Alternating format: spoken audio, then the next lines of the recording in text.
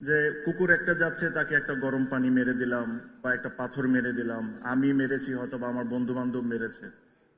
Unfortunately এই জিনিসটা আমাদেরকে কেউ আমরা রিয়েলাইজই করতাম না যে যে জিনিসটা আমরা করছি এটা একটা ক্রাইম। বিশ্বাস করবেন, তারকা তো শুধু আকাশেই হয় নাকি? না না, তারকা পৃথিবীতেও হয়। আজকে বাংলাদেশ অ্যানিম্যাল ওয়েলফেয়ার অ্যাসোসিয়েশনে একজন তারকা এসেছেন, আমাদের খুব প্রিয় এবং জনপ্রিয়। কে? এবং তিনি বক্তব্য রাখবেন। বিশিষ্ট ক্রীড়াবিদ, বাংলাদেশ জাতীয় ক্রিকেট টিমের সাবেক অধিনায়ক তামিম ইকবাল খান।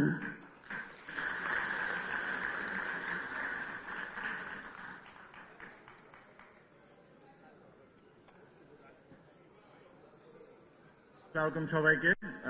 মাই রেসপেক্ট টু অল যারা স্টেজে আছেন অ্যান্ড ভাইয়া আসসালামু আলাইকুম। নর্মালি আমি যখন স্পিচ দিই বা কোনো প্রোগ্রামে যাই আমি চেষ্টা করি যে আমার লাইফের সাথে রিলেটেড বা আমি যা দেখেছি এসব নিয়ে কিছু একটা বলা, বিকজ আমি এটা ফিল করি যে ইট বিকামস মোর অথেন্টিক। তো আজকেও সেম কিছু কিছু জিনিস আমি শেয়ার করতে চাই যেটা ধরেন হয় আমার লাইফের সাথে ঘটেছে বা আমি দেখেছি যেটা ঘটতে। প্রথমে তার আগে বলিনি, যদি আমার কোনো কমেন্টে কেউ যদি অফেন্ডেড ফিল করেন প্লিজ আমাকে ক্ষমা চোখে দেখবেন।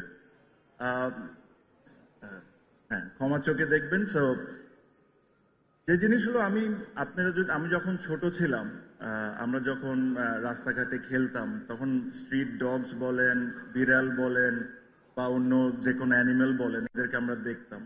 দেখে এদের গায়ে পানি মারা, পাথর মারা, এটা আমরা একটা ফান হিসাবে নিতাম। এটা একটা মজার বিষয় হয়ে গেছিল আমাদের সবার জন্য।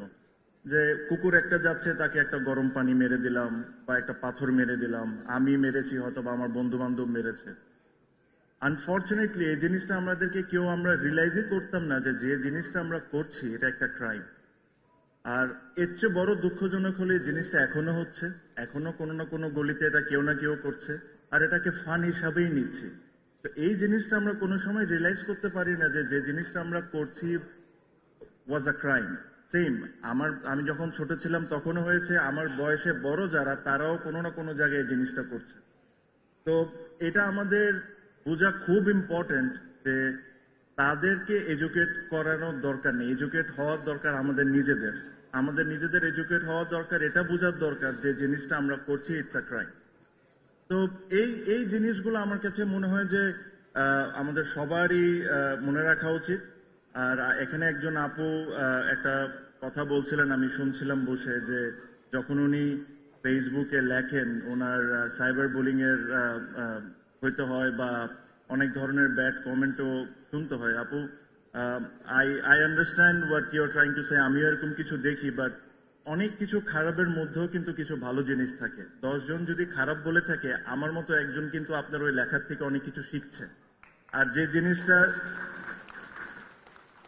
আপনি যে লেখাটা লিখছেন ওই জিনিস থেকে আমার এই শিক্ষণীয়টা হচ্ছে যে এই জিনিসটা করা ভুল, এই জিনিসটা করা রাইট, এই জিনিসটা করা ভুল। আর এই জিনিসটা আমি আমার বাচ্চাদেরকে শেখাচ্ছি।